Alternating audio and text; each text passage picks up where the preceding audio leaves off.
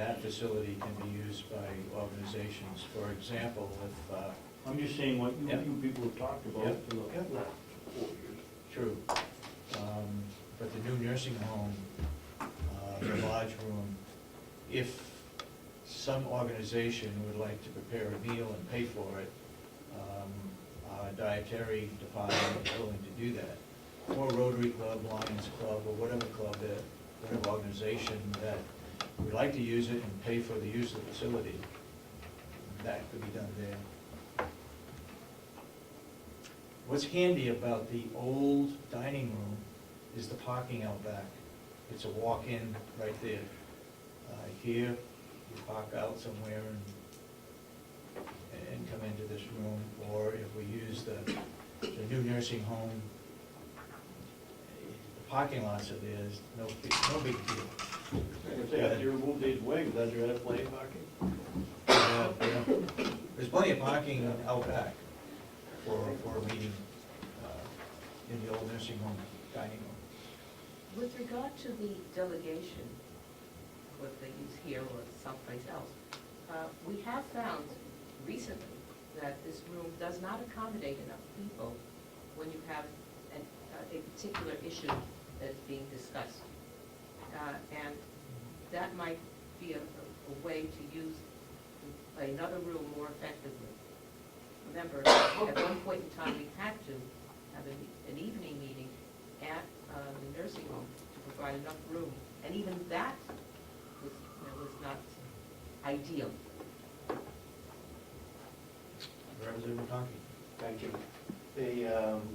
I just want to remind those here and some of the newer members of the delegation, I think it was 2 years ago, it was proposed to buy new chairs for the delegates to sit in this room, and we took that away because no one wanted to spend the money to buy us new chairs. So I think with proper planning, when big events are coming, powder keg issues, we have facilities around here with the nursing home and so forth to move rooms over there. I caution in our wish list of things that might help us use some space that we may not need, that we have private companies out there. We have restaurants, we have people in business already that we could be working with, co-oping with, in using their facilities instead of growing our government and growing the amount of space we need, and thinking of how much more room it's, or how much more personnel it's going to take to clear walkways and everything else. So I think it's nice to think of these things, but it shouldn't be at the injury of our business and our community. Yes. I just had, I applaud his statement, I think it's accurate. When you built a new kitchen in a new nursing home, did you not bring anything over from the old kitchen? Yes, we did. Okay, but so the Especially- kitchen, but the kitchen is full and ready to go, it's all set, The one at the old nursing home? right? I don't Yeah, believe you're- it's all ready to go. Some of those items we took out of there to put into the new nursing So- home, which was the plan. The newest items that we purchased were to be moved into the new nursing home. So yes, we would be short some items. Okay, and those freezers, do you have new freezers We have in new the new freezers, nursing yeah. home? The freezers would Because stay they there. were older and were going to be hard to move, Yep, exactly. all right. My third question is, as far as the roofing goes, because we need new roofing, and that's gonna be an expensive part of the venture, how much of this is on this? Be that whole cross section, right through the middle. Right Take here, out this is floor. the whole thing, but it's not the whole thing on the picture. That's right. That was strictly cooperative extension. Okay, that's. The strictly delegation cooperative didn't section. want to spend any more money on any other area, like laundry or anything else. They wanted it done strictly for extension. That's strictly for extension. Yeah. So this Yep. would all need to be re-roofed I when we believe do so, this yes. project. That's not where the major leaks are. The major leaks are on the wing. On the wings. do we have an estimate for re-roofing? No, that's Okay. why we would hire a company to give us that estimate. If we do not save the wings, will it still be a requirement, we still have to put a roof on the center portion, right? I believe so, because it's flat, There's leaks in the core. and we need to have a pitched roof. But we're talking about the possibility of saving two of the wings. Is the expense of the re-roofing those in order to saving, is that? I don't know. If we can't come up with a reasonable use for them, then we probably don't need them. Why put a brand new roof on something that we may not use? Mr. Alvey? Yeah, I think a simple answer to that is, you get X number of square feet. How much does it cost to build new per square foot versus re-roofing part or any of this and having the same amount of enclosed space? I think those questions are pretty simple to answer. The bigger issues, or the questions we're wrestling with now, is whether there's any use for the wings at all. But, I mean, if we go back to the garage question, for instance, if half of one of these wings would accommodate the garage needs that we have, what's the cost of putting a roof on that half versus tearing it down and at some point in time in the future building a garage? I guess those, if we look at those two numbers, the question will probably answer itself. There's also, you know, I don't see it as simple as that, you know, there's also the question is, why spend a couple of $100,000 to put a new roof on two wings that we may or may not use? Yes. Storage. We don't have a whole lot of storage in the new building for incidentals such as extra wheelchairs, Christmas supplies, Christmas trees and ornaments and whatnot. We have some residence goods that are all in storage units that are scattered about the property. There's a lot of storage that we're gonna need that would be ideal to take out of these storage units that we have. So if we're gonna use one of these wings, I would like to dedicate a couple of those rooms. Well, I could use 3 or 4 rooms for storage. Well, if we go into central purchasing, which I think one of the goals has been for a long time, is to have central purchasing so that we can buy things in mass at a cheaper rate, and then can be dispersed amongst the buildings here on campus. So maybe we say 1 wing, and maybe that's a good use for 1 wing. Yes. Why not cut it right here, tear all this down and make this a separate building? Oh. And not have it connected? Not have it connected, right? You could use it for whatever you wanted to, you might not have to do as much work. But you preclude the idea of central heating. Yeah. Well, why would you have to heat storage? I'm just, No, I'm just, I mean, that's something to think about. I mean, I was going in the same direction, thinking, what, it's not all or nothing on these Yeah. wings. Yeah. Maybe we save a half a wing, or maybe we save a third of a wing.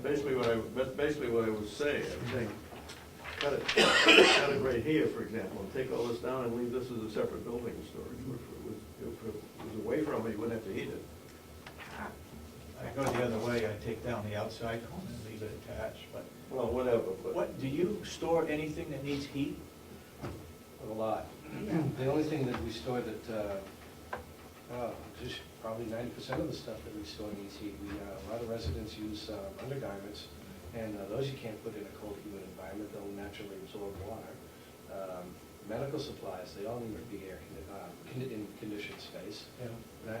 Probably 90% of what I use needs to be in conditioned space.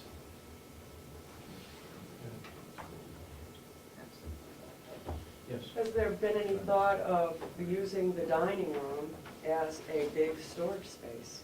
That you could back a truck right up to and... I haven't entertained that thought. Possibility. It's space, it's heated. Possibility. Yes.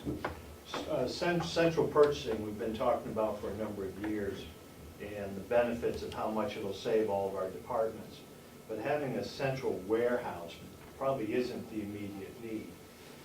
The move of manufacturers is to move away from storing and paying for large amount of items that you may use, as opposed to ordering and what you need to purchase.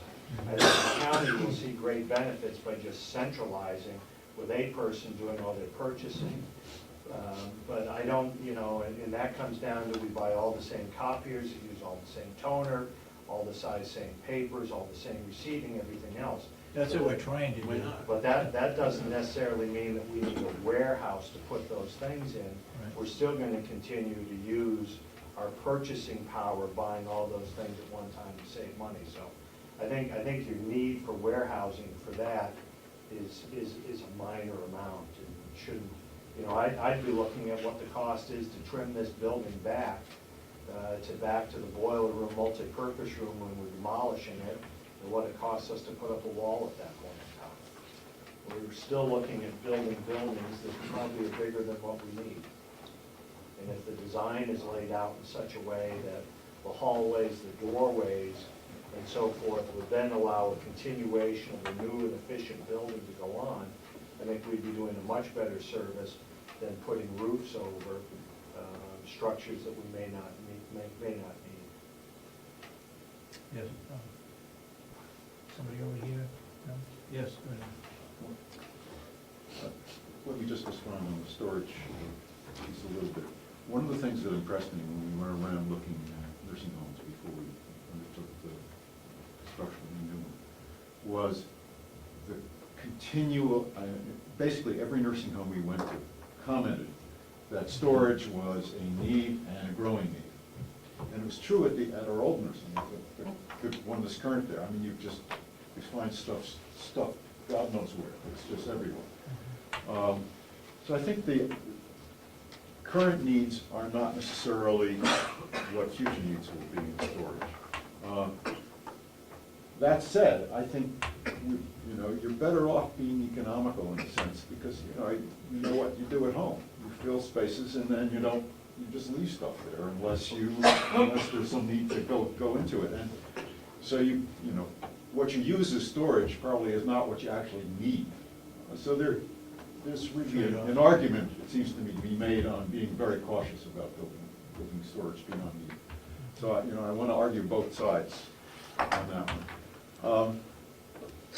I'm struck though, as we go, I wanted to revisit the question of laundry. Yep. Because it seems to me, we're talking about undertaking something which is going to get us, we're going to exceed the DES limit, looks like. And so we're going to be into some kind of a question about our septic system and whether we have adequate septic supply, and will we need then to do something to modify our septic to add to it.